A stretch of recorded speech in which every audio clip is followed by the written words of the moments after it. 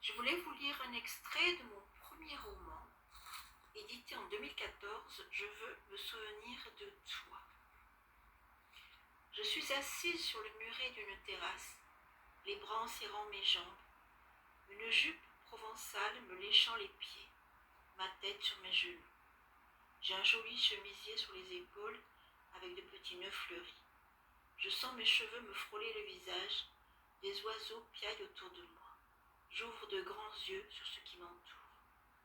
Chaque jour, je découvre le monde. Non, pas chaque jour. Quelquefois, mes souvenirs durent 2 à 3 jours. Pourquoi? Aujourd'hui, par exemple, je me souviens d'hier. Pas de tout, mais de beaucoup. Hier, j'ai chanté dans une soirée pour un séminaire. Un cadre est venu me parler. Antoine n'aurait pas dû s'interposer. J'aurais bien voulu savoir qui était cet homme. Mais j'ai eu peur. Il m'a dit qu'il s'appelait Paul. Et depuis, ce prénom ne me quitte pas. Il est là, dans ma tête. Pourquoi? Qui est cet homme? J'essaie d'enregistrer la couleur de ses yeux, le son de sa voix, parce que demain j'aurai sûrement tout oublié. Oui, tout. Tu n'as pas d'activité ce soir, je t'emmène voir un opéra. Tu crois que j'aime les opéras? Celui-là, tu l'aimeras, c'est sûr.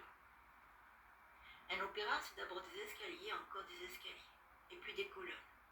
On dirait un monument grec. Après avoir grimpé les marches, on se trouve dans une grande salle remplie de gens en tenue de soirée. Antoine a choisi pour moi une robe longue, bleue en mousseline avec un dos nu. Cet après-midi, il m'a emmené chez le coiffeur. Pourquoi fait-il tout ça? En haut de l'escalier, dans cette salle d'attente immense, des gens caquettent. Moi, je n'écoute pas. Je me demande ce que je fais là. Pas par perte de mémoire, mais je n'arrive pas à comprendre pourquoi on se met sous son 31 pour aller écouter de la musique. C'est vrai que le lieu est somptueux. Sans doute que le reste l'est aussi. Attendons la suite. On nous installe à l'orchestre dans les premiers rangs. Je suis déçue. Tu seras mieux ici. Les loges, c'est pour se montrer, pas pour voir le spectacle. Et je tiens à ce que tu vois et entends cet opéra. La lumière s'éteint. La musique commence. L'orchestre est dans une fosse.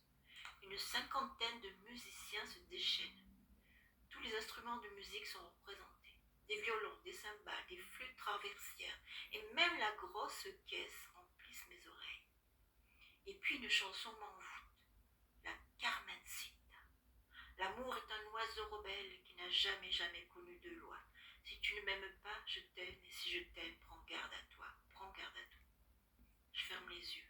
La musique, la voix, les paroles pénètrent dans ma tête, dans mon corps et me font vibrer. Je sens une émotion forte, trop forte. La chanteuse continue de chanter, moi je pleure. Je pleure toutes les larmes de mon corps, mais je garde les yeux fermés pour que cet opéra me fasse vibrer de plus en plus fort. Un moment, j'ouvre les yeux. L'image de la chanteuse me trouble. Je pleure encore des larmes interminables. Je regarde Antoine, ce n'est plus Antoine. Mon regard s'appuie sur mon voisin qui est censé être Antoine. Mais non, ce n'est plus Antoine, c'est Paul. Paul qui est là et qui me sourit. Je ferme les yeux à nouveau. La musique, la chanson, la force des cymbales, des flûtes, de toute cette musique me transperce à nouveau à faire mal. Et je pleure encore. Il y a des plaisirs comme ça qui sont insoutenables. Des plaisirs, des sensations trop fortes, trop belles. C'est ton hypersensibilité. Comment? Je me doutais que ça te toucherait, mais pas à ce point-là.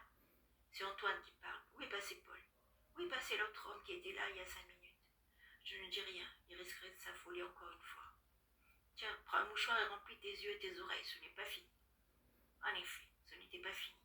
Tout était sublime, le garde, l'égard, le torero avec son habit de lumière et ses chansons, ses musiques, ses danses. J'avais envie de me lever de mon siège, de monter sur la scène, de faire partie du spectacle. Antoine m'a retenu. Un jour peut-être que tu feras partie toi aussi d'un opéra comme celui-là. Tu crois? Pourquoi pas? Quand la Carmencita meurt, je meurs aussi. J'ai failli pousser un cri de douleur. Je ne suis plus Céline ou Isabelle, je suis Carmen. Antoine m'a serré la main très fort pour ne pas que je crie. J'ai tenu, mais je n'ai pas pu voir la fin. J'ai gardé les yeux fermés jusqu'à la fermeture du rideau. Et puis j'ai applaudi me faire mal aux mains. Et j'applaudirais encore si Antoine ne m'avait pas prise par la main et fait sortir de l'opéra.